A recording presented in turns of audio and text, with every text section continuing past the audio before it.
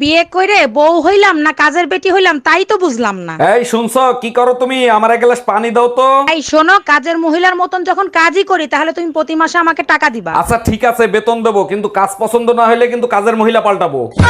তুমি যে প্রতিদিন মদ খেয়ে আসো, তোমার জায়গা নরকেও হবে না, মনে রেখো কথাটা। তাইলে শোনো, এক মদখোর মরে যাওয়ার পরে স্বর্গে চলে গেছে, তখন ওখানে গিয়ে যমরাজের সাথে দেখা হয়েছে। তখন যমরাজকে সে জিজ্ঞেস করলো, প্রভু আমি তো মদখোর, তাহলে আমি কি করে স্বর্গে আসলাম? তখন যমরাজ বলছে, তুমি এত পরিমাণে মদ খেয়েছো যে তুমি খাওয়ার কথা ভুলে গেছো। টেকনিক্যালি ওটা উপবাসে কাউন্ট হয়েছে, তার জন্য তুমি স্বর্গে আছো।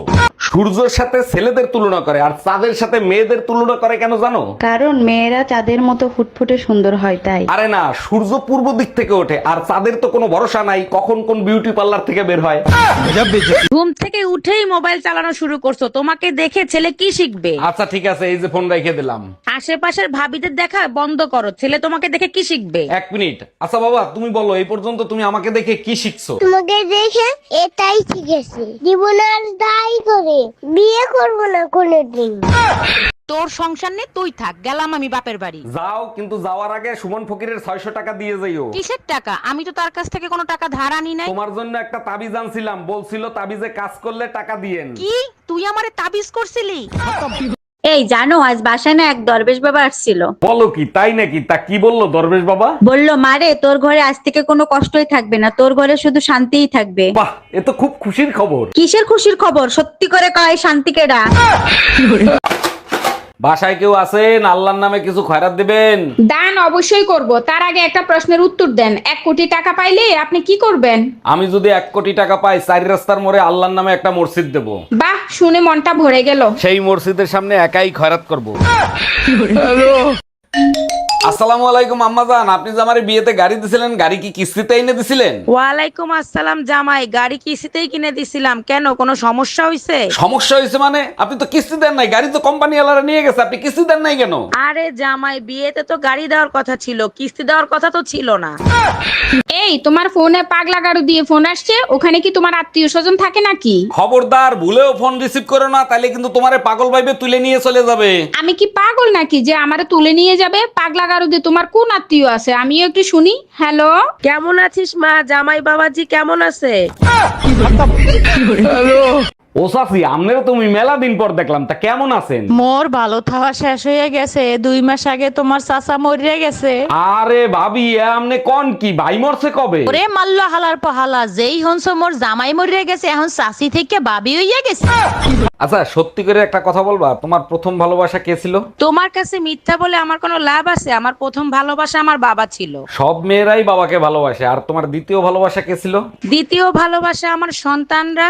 আরে বাবা আর সন্তানের মাঝখানে যে ভালোবাসাটা ছিল সেটা কে ছিল? ওটা ভালোবাসা ছিল না, ওটা আমার জন্য দুর্ঘটনা ছিল। ভাইজান, আপনারে সবাই দেখলেই বলে খিদে সহ্য করতে পারি না, তাই রোজা থাকি না। কাহিনী কি? আর ভাবি বললেন না, আমাদের মসজিদের মুয়াজ্জিম আছে না আবুল, ওই আমার সর্বনাশটা করছে। কি বলেন ভাইজান? আবুল মুয়াজ্জেম তো আপনার ভালো বন্ধু, সে আপনার সর্বনাশ করলো কি করে? একদিন সেহরির সময় ফোন দিয়ে জিজ্ঞেস করে, দোস্ত তুই তো সেহরি করস, রোজা থাকস না কেন? ঠিকই তো বলছে, এখানে সর্বনাশ করলো কি করে? আমি বললাম, দোস্ত খিদে একদম সহ্য করতে পারি না, তাই রোজা থাকি না। আর আমি সেটা রেকর্ড করে মসজিদের মাইকে সবাইরে শুনাই দিতেছে। আরে ভাবি, ওইখানে উঠছেন কেন? ওইখান থেকে পড়ে গেলে তো মরে যাবেন। রুন ভাই, মরার জন্যই তো আসছি। আমি আপনার ভাইয়ের যন্ত্রণা আর সহ্য করতে পারছি না। মরেন, সমস্যা নাই, তার আগে বলেন ভাইয়ের নাম্বার কি আগেরটাই আছে না নাম্বার পাল্টাইছে? অরুণ ভাই, ভাইরে ফোন দিয়ে লাভ নাই, আমি আমার সিদ্ধান্ত পাল্টাবো না। আরে ভাবি, তার জন্য না, আমি শুধু ফোন দিয়ে জিজ্ঞেস করবো কি যন্ত্রণা দিছে, আমিও ট্রাই করবো, আপনি লাভ দেন। এই লোকটারে দিয়ে যদি ঠিক মতো কোনো একটা কাজ করাইতে পারি। গরমের দিন চলে এসেছে প্রিয়, কথাবার্তা সাবধানে বলো। তাই নাকি? আর যদি সাবধানে কথা না বলি তাহলে কি করবা তুমি? বেশি ঘাড়তারামি করলে ঘাড় ধরে বাপের বাড়ি পাঠিয়ে দেবো। কিরে দোস্ত, আমরা হসপিটালে কেন? আমাদের কি হয়েছিল? মদ খেয়ে গাড়ি চালাইছিলি, অ্যাক্সিডেন্ট হয়েছে, তাই হসপিটালে ভর্তি হইছি। ও মনে পড়ছে, তোরে আমি কালকে চিল্লে চিল্লে বলছি, দোস্ত গাড়ি আস্তে চালা, অ্যাক্সিডেন্ট হয়ে যাবে, কথা শুনিস? হ্যাঁ বলছিলি, তা আমি কি করব? গাড়ি তো তুই চালাইছিলি। এক্সকিউজ মি, আপনাকে দেখলেই পাগল হয়ে যাই, আপনার নাম্বারটা দেওয়া যাবে? অবশ্যই লেখেন 011-166-666। থ্যাংক ইউ আপনার নাম্বার দেওয়ার জন্য। ওটা পাবনা মেন্টাল হসপিটালের নাম্বার, ওখানে যে চিকিৎসা করেন। আচ্ছা। আমি ইনকাম ট্যাক্স অফিসার। আপনি খাতায় দেখাচ্ছেন 25 লাখ টাকা জিলাপি আপনি কুত্তা রেখা হয়েছেন, এইটা আমি হজম করতে পারলাম না। আপনার কাছে কোনো প্রমাণ আছে? দেখেন প্রমাণ তো নাই, তবে আপনি চাইলে কিছু লেনদেন করে ঝামেলাটা এখানেই মিটাতে পারেন। ঠিক আছে, তাইলে 2 লাখ টাকা দেন, ঝামেলা আমি মিঠাই দিচ্ছি। মফিজ, ম্যাডাম রে 2 লাখ টাকা দাও আর খাতায় লিখে রাখো কুত্তায় আরো 2 লাখ টাকার জিলাপি খাইছে। আচ্ছা, রমজান মাসে তো আল্লাহ সব শয়তান কয়েদ করে রাখে, তাই না? হ্যাঁ, যারা নামাজ রোজা করে তাদের ধারে কাছেও শয়তান আসতে পারে না। আমি তো নামাজ রোজা করি, তাহলে তোমারে আল্লাহ ছাইড়া দিছে কেন? মাগরিবের আজানটা শেষ হোক, তারপরে বুঝতে পারবা কেন। এই শুনছো, পাশের বাড়ির ভাই ভাবিরে বাইন্দা পিটাচ্ছে। মারবে না চুম্মা দেবে? মাঝরাতে কার সাথে জানি দেখা করতে গেছিল, ভাই দেখে ফেলাইছে। চলো তো গিয়ে শুনে আসি কার সাথে দেখা করতে গেছিল। তুমি যাও, আমি যাব না, আমারও দেখে ফেলছে। অরুণ ভাই, এক রাত আমার বাসায় একটু থাকবেন, খুব উপকার হইতো। বলেন কি ভাবি? অবশ্যই থাকবো, আপনি শুধু বলেন কখন আসবো। আপনি যখন খুশি তখন আসেন, কোনো সমস্যা নাই। আচ্ছা ঠিক আছে, আমি রাত 10টার সময় চলে আসবো। একটু তাড়াতাড়ি আসেন, ঘরের চাবি ভাবির কাছে রেখে যাব। এই কই তুমি, এদিকে একটু আসো না। কি হলো, তাড়াতাড়ি আসো। কি ব্যাপার, আজকে এত রোমান্টিক ভাবে কথা বলতেছে? হ্যাঁ বলো, কি হয়েছে? দেখো তো এই শাড়িটা পরলে আমাকে কেমন লাগবে? শাড়ি যেহেতু সুন্দর, পরলে তোমাকে সুন্দরই লাগবে। বলো কি, তাই নাকি? তাইলে আমি শাড়িটা পরে আসি, তুমি বাইরে ডেলিভারি বয়কে টাকাটা দিয়ে আসো। এই শোনো, তোমার ভাইয়ের আবুলের বিয়ে ঠিক করছি, সামনের সপ্তাহে বিয়া। আগামী সপ্তাহে বিয়ে? আমার ভাইরে কি মেয়ে দেখাইছো? মেয়ে কি ওর পছন্দ হয়েছে? মেয়ে দেখে কি করবে? বিয়ে করার দরকার, বিয়ে করবে। এইটা কোনো কথা বললা? আজ পর্যন্ত শুনছো কেউ মেয়ে না দেখে বিয়ে করছে? আরে বাবা, আত্মহত্যাই তো করবে, গলায় দড়ি দিয়ে করুক বা বিষ খেয়ে করুক, তাতে কিছু আসে যায়? শোনো, কালকে থেকে রোজা শুরু, আজকে প্রথম তারাবি পড়তে যাবে না? অবশ্যই তারাবি পড়তে যাব, কিন্তু তোমারে নিয়ে খুব টেনশনের ভিতরে আছি। আমারে নিয়ে টেনশনে আছো? আমারে নিয়ে তোমার আবার কিসের টেনশন? আমি থাকবো মসজিদে, তোমারে বাঁচাবে কে? ফেরেশতা আসবে শয়তান নিতে। অরুণ ভাই, আপনার মাথায় যে এত বড় একটা টাক, এটা দেখলে আপনার আফসোস লাগে না? আরে ভাবি, আফসোস হবে কেন? একসময় তো আমারও মাথা ভরা চুল ছিল। আরে অরুণ ভাই, এই জন্যই তো আপনাকে বলতেছি আফসোস লাগে কিনা। আরে ভাবি, যখনই আফসোস লাগে তখনই নিচেরটা দেখে উপরেরটা ভুলে যাই। সত্যি করে বলো, এই বাচ্চা কার? 3 মাসে কারো বাচ্চা ডেলিভারি হয়? তুমি আমারে বিয়ে করছো কয় মাস হয়েছে? 3 মাস। আমি তোমারে বিয়ে করছি কয় মাস হয়েছে? 3 মাস। বাচ্চার ডেলিভারি হয়েছে কয় মাসে? 3 মাসে ডেলিভারি হয়েছে। তাইলে হইল না 9 মাস? ও আচ্ছা। বিয়ে করে বউ হইলাম না কাজের বেটি হইলাম তাই তো বুঝলাম না। এই শুনছো, কি করো তুমি? আমার এক গ্লাস পানি দাও তো। এই শোনো, কাজের মহিলার মতন যখন কাজই করি তাহলে তুমি প্রতি মাসে আমাকে টাকা দিবা। আচ্ছা ঠিক আছে, বেতন দেবো, কিন্তু কাজ পছন্দ না হলে কিন্তু কাজের মহিলা পাল্টাবো।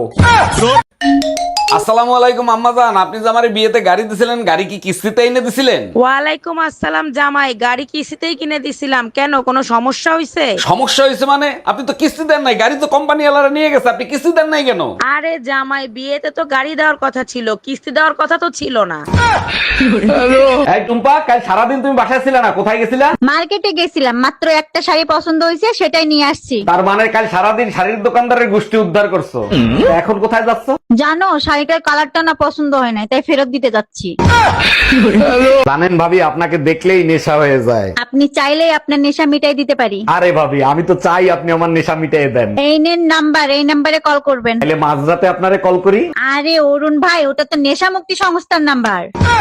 এই টুম্পা, আমার অফিসের সময় হয়ে গেছে, তাড়াতাড়ি নাস্তা দাও। এই শোনো, আজকে অফিস থেকে আসার সময় আমার জন্য একটা কুত্তার বাচ্চা নিয়ে আসবা। প্রতিদিন এক একটা করে ডিমান্ড, এখন কুত্তার বাচ্চা দিয়ে কি হবে? তুমি অফিসে চলে গেলেও তোমাকে যেন মিস না করি, তার জন্য।